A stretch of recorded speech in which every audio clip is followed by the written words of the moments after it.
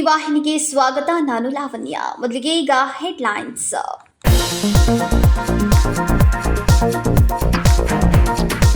ತಿಲಕವಾಡಿಯಲ್ಲಿ ಪಾಲಿಕೆಯ ಜಾಗದಲ್ಲಿ ನಿರ್ಮಾಣ ಮಾಡಿರುವ ಬಾರ್ ಅಂಡ್ ರೆಸ್ಟೋರೆಂಟ್ ಬಂದ್ ಮಾಡಿಸಬೇಕು. ಜಾಗವನ್ನು ಮರಳಿ ಪಡೆಯೋಕೆ 3 ದಿನಗಳಲ್ಲಿ ಪಾಲಿಕೆಯಿಂದ ನೋಟಿಸ್ ಕೊಡಬೇಕು. ಸೂಚನೆ ನೀಡಿದ ಮೇಯರ್ ಮಂಗೇಶ್ ಪವಾರ್.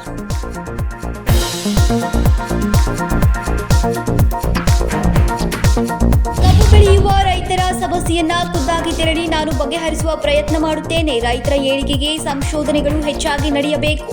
ಸಕ್ಕರೆ ಸಚಿವ ಶಿವಾನಂದ ಪಾಟೀಲ್ ಹೇಳಿಕೆ.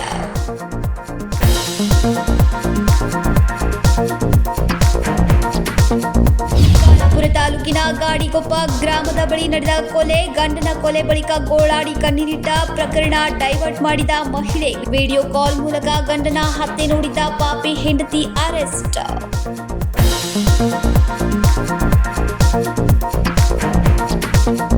ತಿಲಕವಾಡಿಯಲ್ಲಿ ಪಾಲಿಕೆಯ ಜಾಗದಲ್ಲಿ ನಿರ್ಮಾಣ ಮಾಡಿರುವ ಬಾರ್ ಅಂಡ್ ರೆಸ್ಟೋರೆಂಟ್ ಬಂದ್ ಮಾಡಿಸಿ ಜಾಗವನ್ನ ಮರಳಿ ಪಡೆಯೋಕೆ 3 ದಿನಗಳಲ್ಲಿ ಪಾಲಿಕೆಯಿಂದ ನೋಟಿಸ್ ಕೊಡಬೇಕೆಂದು ಮೇಯರ್ ಮಂಗೇಶ್ ಪವಾರ್ ಸೂಚನೆ ನೀಡಿದರು. ತಿಲಕವಾಡಿಯಲ್ಲಿ ಪಾಲಿಕೆ ಜಾಗದಲ್ಲಿ ನಿರ್ಮಾಣ ಮಾಡಿರುವ ಬಾರ್ ಅಂಡ್ ರೆಸ್ಟೋರೆಂಟ್ ಬಂದ್ ಮಾಡಿಸಿ ಜಾಗವನ್ನ ಮರಳಿ ಪಡೆಯೋಕೆ 3 ದಿನಗಳಲ್ಲಿ ಪಾಲಿಕೆಯಿಂದ ನೋಟಿಸ್ ಕೊಡಬೇಕೆಂದು ಮೇಯರ್ ಮಂಗೇಶ್ ಪವಾರ್ ಸೂಚನೆ ನೀಡಿದರು.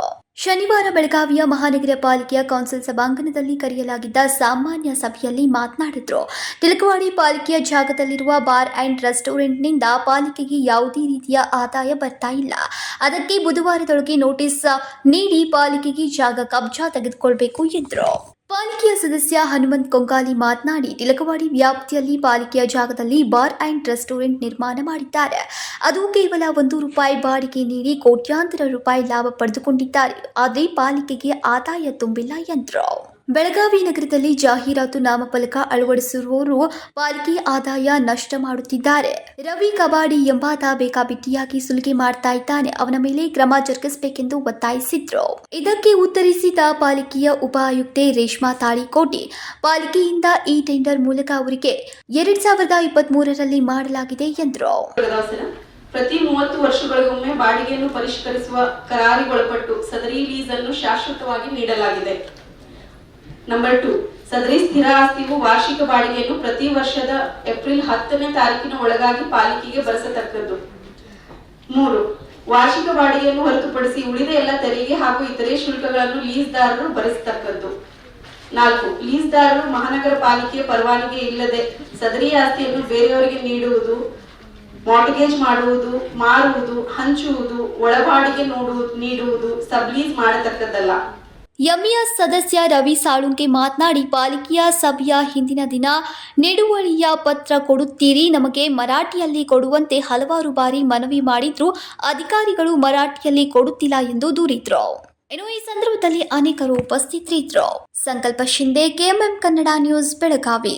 ಕಬ್ಬು ಬೆಳೆಯುವ ರೈತರ ಸಮಸ್ಯೆಯನ್ನ ಖುದ್ದಾಗಿ ತೆರಳಿ ನಾನು ಬಗೆಹರಿಸುವ ಪ್ರಯತ್ನ ಮಾಡ್ತೇನೆ. ಸಂಶೋಧನೆಯನ್ನ ಅಷ್ಟೊಂದು ನಂಬುವುದಿಲ್ಲ, ಆದರೆ ರೈತರ ಏಳಿಗೆಗೆ ಸಂಶೋಧನೆಗಳು ಹೆಚ್ಚಾಗಿ ನಡೆಯಬೇಕು ಎಂದು ಸಕ್ಕರೆ ಸಚಿವ ಶಿವಾನಂದ ಪಾಟೀಲ್ ಹೇಳಿದರು. ಕಬ್ಬು ಬೆಳೆಯುವ ರೈತರ ಸಮಸ್ಯೆಯನ್ನ ಖುದ್ದಾಗಿ ತೆರಳಿ ನಾನು ಬಗೆಹರಿಸುವ ಪ್ರಯತ್ನ ಮಾಡ್ತೇನೆ.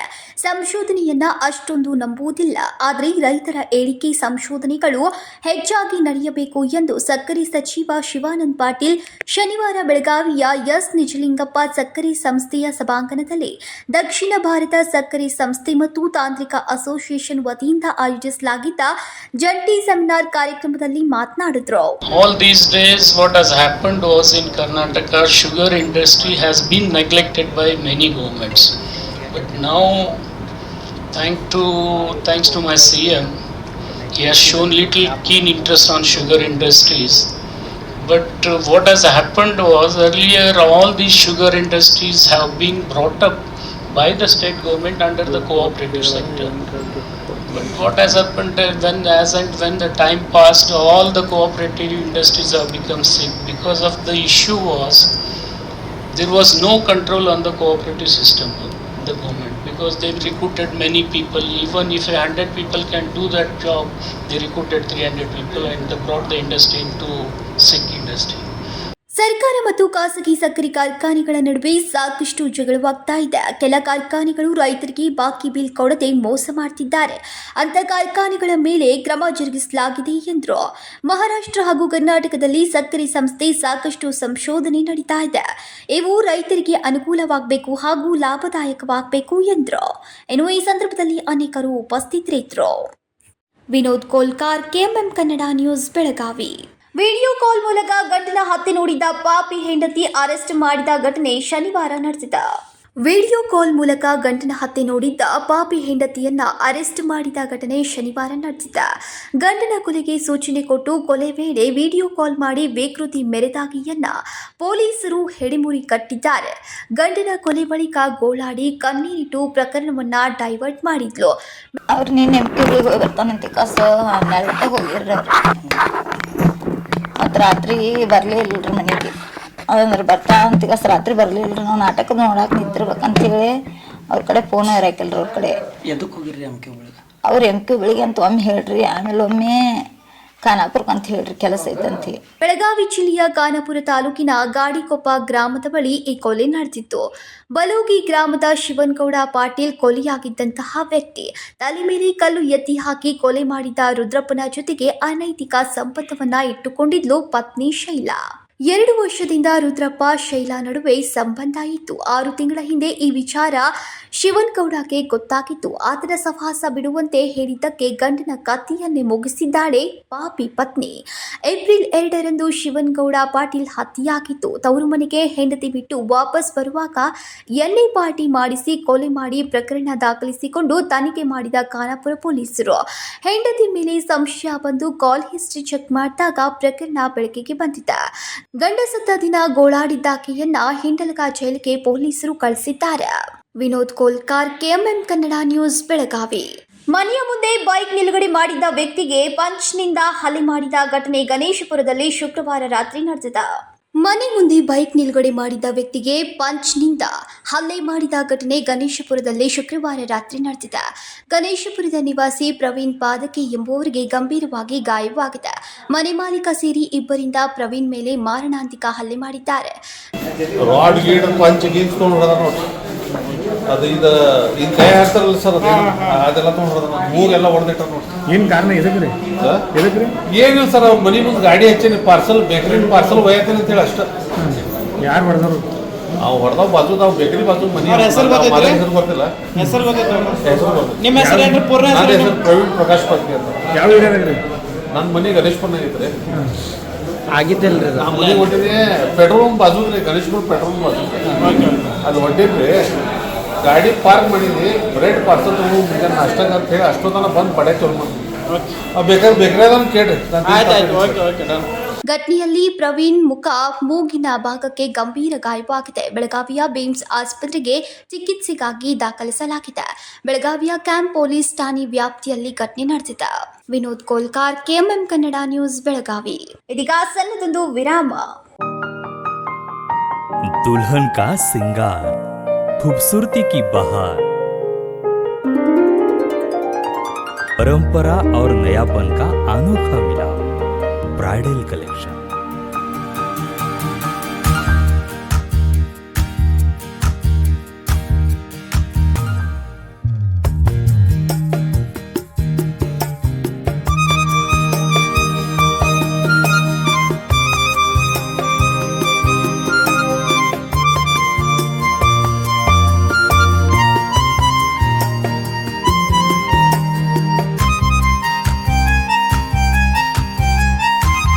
दुल्हन की खूबसूरती में 4 चांद लगाने वाली ब्राइडल कलेक्शन की विशाल रेंज। अमरकॉन collection, Adarsha dress circle, Khade Bazaar, Belgaum. Aradhana sari dress materials, Maruti Galli, बेलगाम।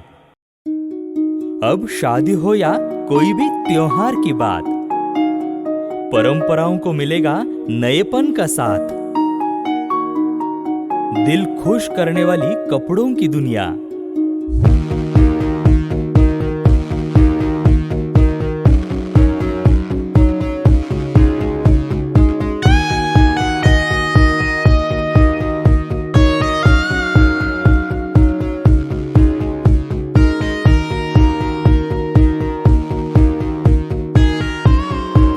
परिवार के कपड़े खरीदो अब एक ही छत के नीचे। Aradhana sari and dress materials and readymades, Maruti Galli, Belgaum. Sari हर महिलाओं को लुभाने वाली बात। साड़ी तहजीब दिखाती, साड़ी परंपरा संभालती।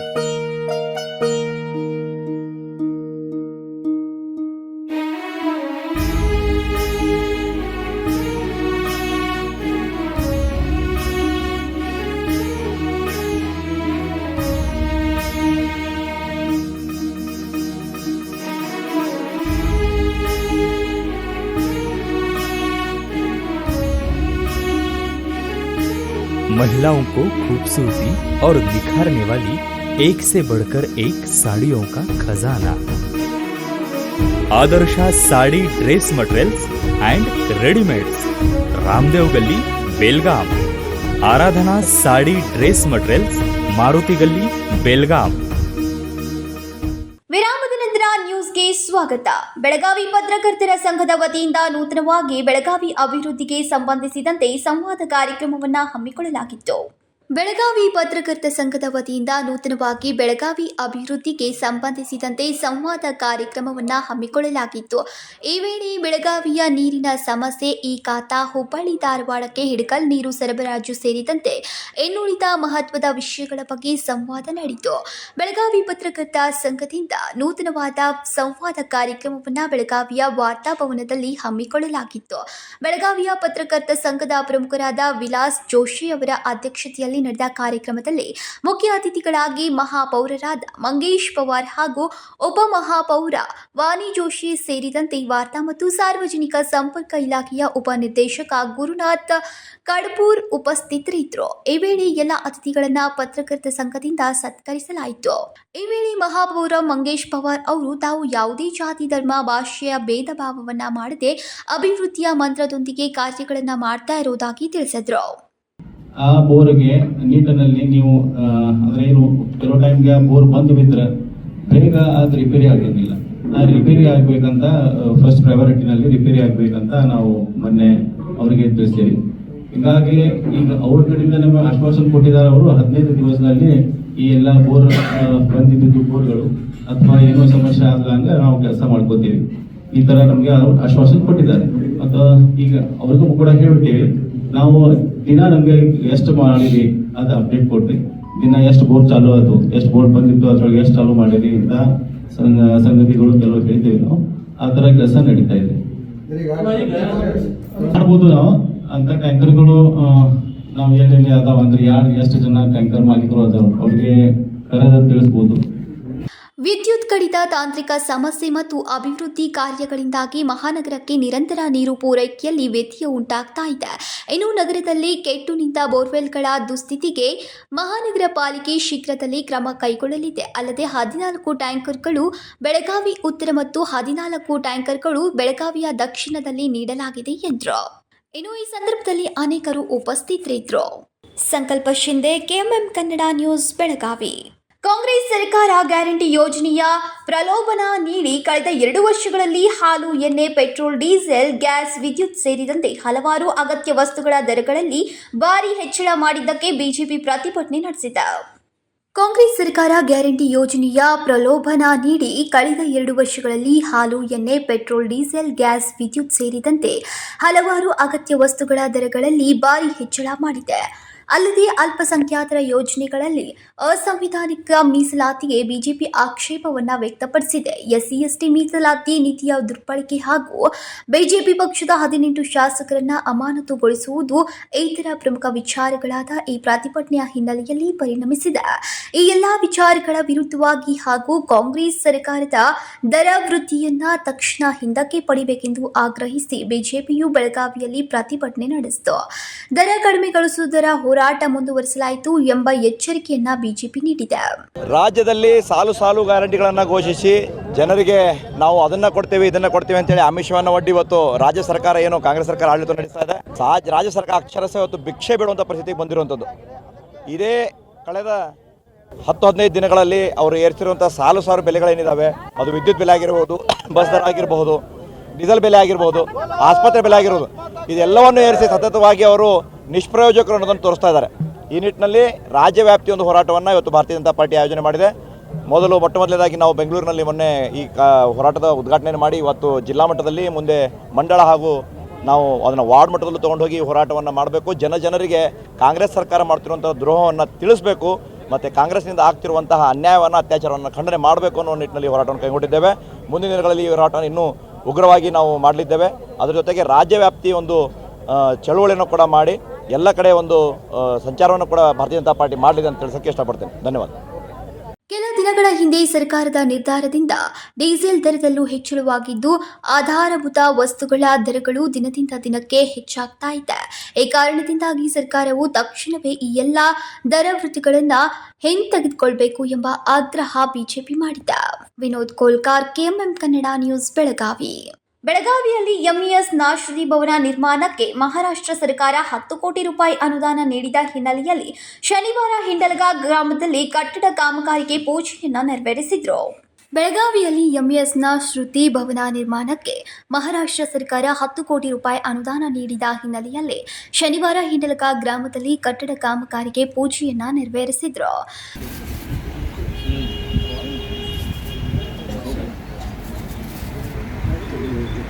ಕಟ್ಟಡ ಕಾಮಗಾರಿ ಪೂಜೆ ನಡೆಸಿದ್ರು. ಜಿಲ್ಲಾಡಳಿತ ಹಾಗೂ ಕರ್ನಾಟಕ ಸರ್ಕಾರ ಇದನ್ನು ತಡೆಯುವ ಪ್ರಯತ್ನ ಮಾಡದೇ ಇರುವುದು ಕನ್ನಡಿಗರ ಕೆಂಕಣ್ಣಿಗೆ ಗುರಿಯಾಗಿದೆ.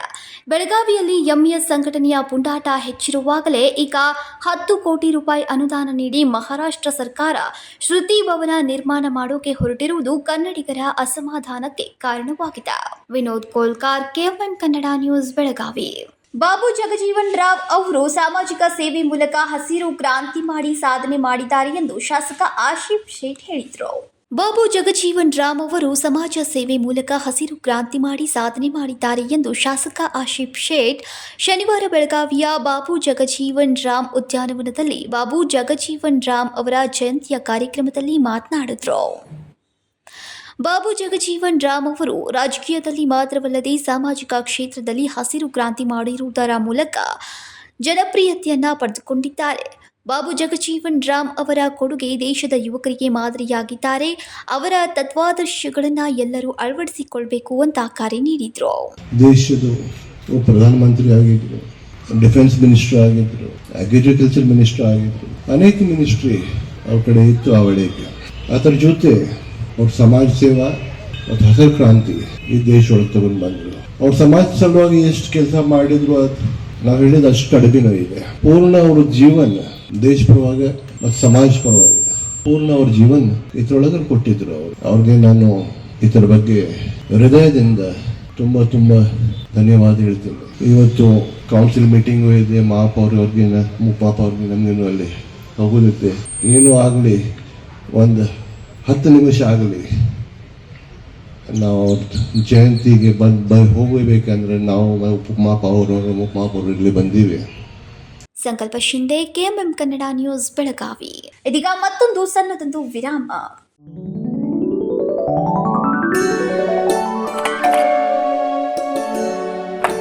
हाय, व्हाट अ प्रेजेंट सरप्राइज। कौन है? अरे वो मेरी फ्रेंड आरती है। तेरी शादी तो अटेंड नहीं कर पाई, लेकिन सोचा मिल लूं। वैसे जीत कहाँ है? वो अंदर है, बैठो ना। वाओ जया, बहुत सुंदर लग रहा है। वैसे सच कहूं, तुम्हारी पर्सनालिटी पे जज रहा है। आखिर चॉइस किसकी है? थैंक्स। अच्छा, तो कर्टन्स की तारीफ कर रही हो? अमरकौन कर्टन एंड फर्निशिंग। यहाँ है नए लुक, कलर और स्ट्रक्चर के बेहतरीन कर्टन फर्निशिंग की वैरायटी जो आपके घर और ऑफिस की शान बढ़ाए। अमरकौन कर्टन एंड फर्निशिंग, खड़े बाजार, बेलगावी।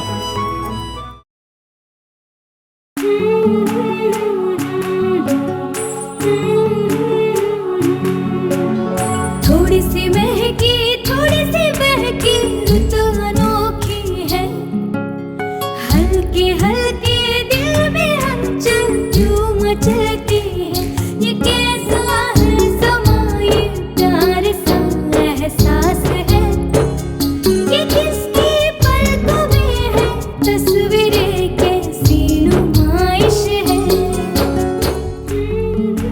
आराधना, मारुति गली, बेळगाव. वस्त्रों का संगम, सुंदर सलोना, मन भाए आराधना.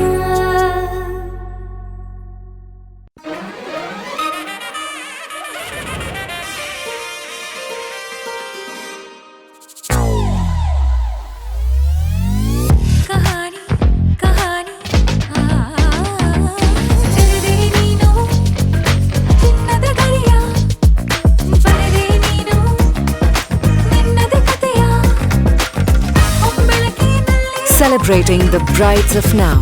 Kahani, Bridal Stories by Bhima.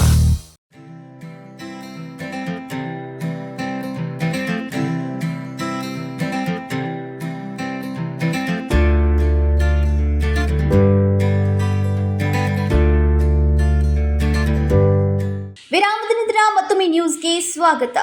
ಬೆಳಗಾವಿಯ ಧರ್ಮವೀರ ಸಂಭಾಜಿ ಮಹಾರಾಜ್ ಚೌಕ್ನಲ್ಲಿ ಸ್ಥಾಪಿಸಲಾದ ಧರ್ಮವೀರ ಸಂಭಾಜಿ ಮಹಾರಾಜರ ಪ್ರತಿಮೆ ಸ್ಥಾಪನೆಗೆ 25 ವರ್ಷಗಳು ಪೂರ್ಣಗೊಂಡಿವೆ. ಈ ಸಂದರ್ಭದಲ್ಲಿ ಮಹಾರಾಷ್ಟ್ರ ಏಕೀಕರಣ ಸಮಿತಿಯ ಮಾಜಿ ಕಾರ್ಪೊರೇಟರ್ ಹಾಗೂ ಮರಾಠಿ ಭಾಷಿಕರ ಪರವಾಗಿ ಅಭಿವಾದನೆ ಸಲ್ಲಿಸಲಾಯಿತು. ಬೆಳಗಾವಿಯ ಧರ್ಮವೀರ ಸಂಭಾಜಿ ಮಹಾರಾಜ್ ಚೌಕ್ನಲ್ಲಿ ಸ್ಥಾಪಿಸಲಾದ ಧರ್ಮವೀರ ಸಂಭಾಜಿ ಮಹಾರಾಜರ ಪ್ರತಿಮೆ ಸ್ಥಾಪನೆಗೆ 25 ವರ್ಷಗಳು ಪೂರ್ಣಗೊಂಡಿವೆ. ಈ ಸಂದರ್ಭದಲ್ಲಿ ಮಹಾರಾಷ್ಟ್ರ ಏಕೀಕರಣ ಸಮಿತಿಯ ಮಾಜಿ ಕಾರ್ಪೊರೇಟರ್ ಹಾಗೂ ಮರಾಠಿ ಭಾಷಿಕರ ಪರವಾಗಿ ಅಭಿವಾದನೆ ಸಲ್ಲಿಸಲಾಯಿತು. 2000 ಏಪ್ರಿಲ್ 4ರಂದು ತತ್ಕಾಲಿಕ ಮಹಾಪೌರರು ಹಾಗೂ ಮಾಜಿ ಶಾಸಕರಾದ ಸಂಭಾಜಿ ಪಾಟೀಲ್ ಮತ್ತು ಆಗಿನ ಕಾರ್ಪೊರೇಟ್ಗಳ ಪ್ರಯತ್ನದಿಂದ ಮಹಾನಗರ ಪಾಲಿಕೆ ಸಭಾಂಗಣದಲ್ಲಿ ಏಕಮತದಿಂದ ಪ್ರಸ್ತಾವನೆಯನ್ನ ಅಂಗೀಕರಿಸಲಾಯಿತು. ಆ ಬಳಿಕ ಧರ್ಮವೀರ ಸಂಭಾಜಿ ಚೌಕ್ನಲ್ಲಿ ಪ್ರತಿಮೆಯನ್ನ ಪ್ರತಿಷ್ಠಾಪನೆ ಮಾಡಲಾಯಿತು ಎಂದು ಆ ಪ್ರತಿಮೆಗೆ 25 ವರ್ಷಗಳು ಪೂರ್ಣಗೊಂಡಿರುವ ಹಿನ್ನೆಲೆಯಲ್ಲಿ ಮೂರ್ತಿಗೆ ಪೂಜೆಯನ್ನ ಸಲ್ಲಿಸಿ ಗೌರವಪೂರ್ವಕವಾಗಿ ಅಭಿನಂದನೆಯನ್ನ ಸಲ್ಲಿಸಲಾಯಿತು. शंभूराजे आणि जिजाऊ माता आणि बेळगावची शिवजयंती आणि गणेश उत्सव हा ऐतिहासिक जो उत्सव आणि आपण महोत्सव जो करतो हा जगाच्या पलीकडे आम्ही स्वाभिमानाने सांगतो. बेळगावकर या सणासाठी आज हा जो महाराजांचा इतिहास आहे सुवर्णाक्षर लिहितात आणि दरवर्षी आम्ही स्वाभिमानाने साजरा करतो. आज या ठिकाणी उपस्थित झालेले सर्व माजी महापौर, उपमहापौर, सर्व लोकप्रतिनिधीने आमचे सर्व सहकारी या ठिकाणी आलेले आहेत.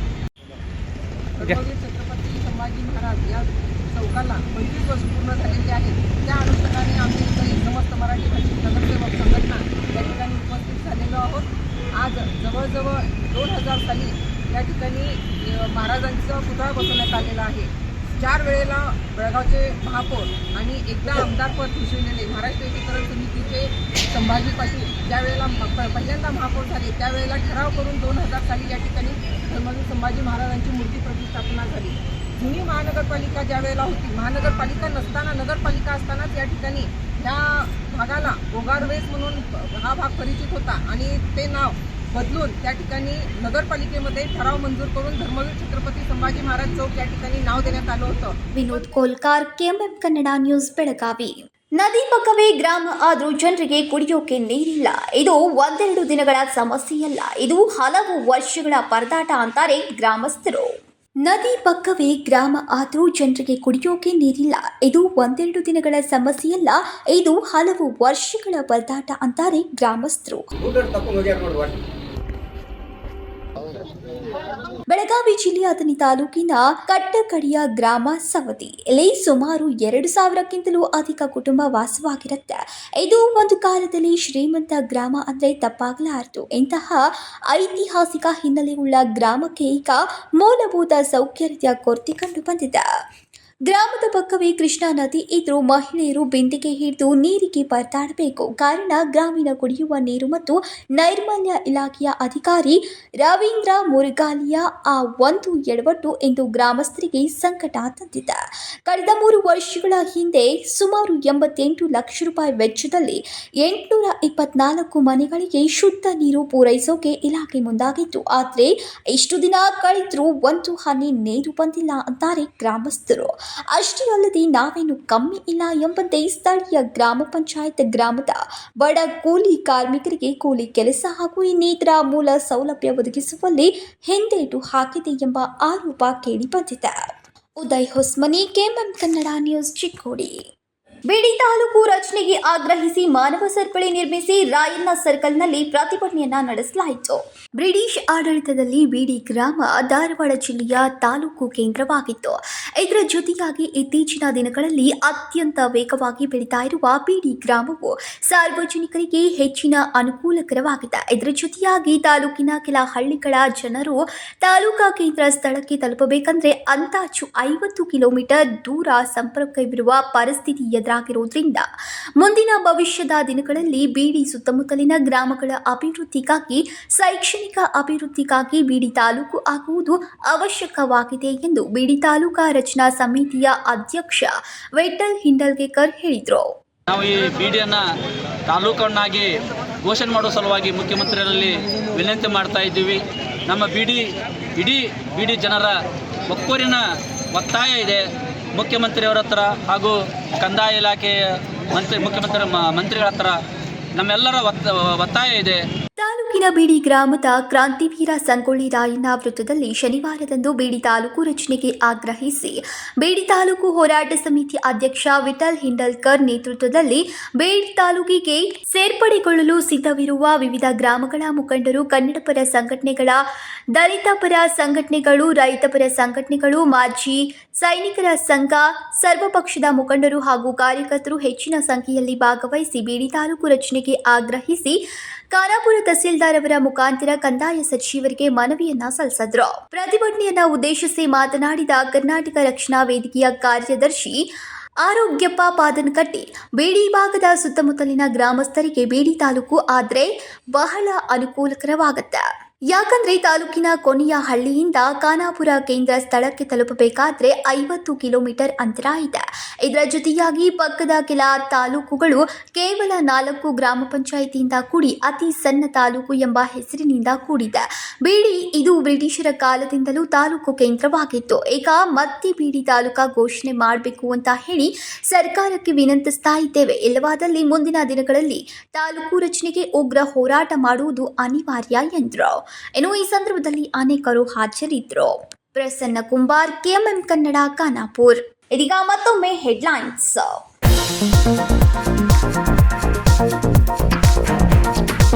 ತಿಲಕವಾಡಿಯಲ್ಲಿ ಪಾಲಿಕೆಯ ಜಾಗದಲ್ಲಿ ನಿರ್ಮಾಣ ಮಾಡಿರುವ ಬಾರ್ ಅಂಡ್ ರೆಸ್ಟೋರೆಂಟ್ ಬಂದ್ ಮಾಡಿಸಬೇಕು. ಜಾಗವನ್ನ ಮರಳಿ ಪಡೆಯೋಕೆ 3 ದಿನಗಳಲ್ಲಿ ಪಾಲಿಕೆಯಿಂದ ನೋಟಿಸ್ ಕೊಡಬೇಕು. ಸೂಚನೆ ನೀಡಿದ ಮೇಯರ್ ಮಂಗೇಶ್ ಪವಾರ್.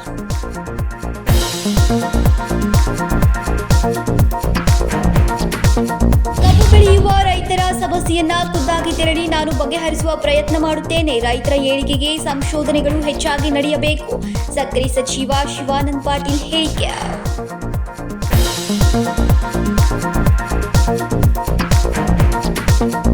ಖಾನಾಪುರ ತಾಲೂಕಿನ ಗಾಡಿಗೊಪ್ಪ ಗ್ರಾಮದ ಬಳಿ ನಡೆದ ಕೊಲೆ, ಗಂಡನ ಕೊಲೆ ಬಳಿಕ ಗೋಳಾಡಿ ಕಣ್ಣೀರಿಟ್ಟ ಪ್ರಕರಣ ಡೈವರ್ಟ್ ಮಾಡಿದ ಮಹಿಳೆ. ವಿಡಿಯೋ ಕಾಲ್ ಮೂಲಕ ಗಂಡನ ಹತ್ಯೆ ನೋಡಿದ್ದ ಪಾಪಿ ಹೆಂಡತಿ ಅರೆಸ್ಟ್.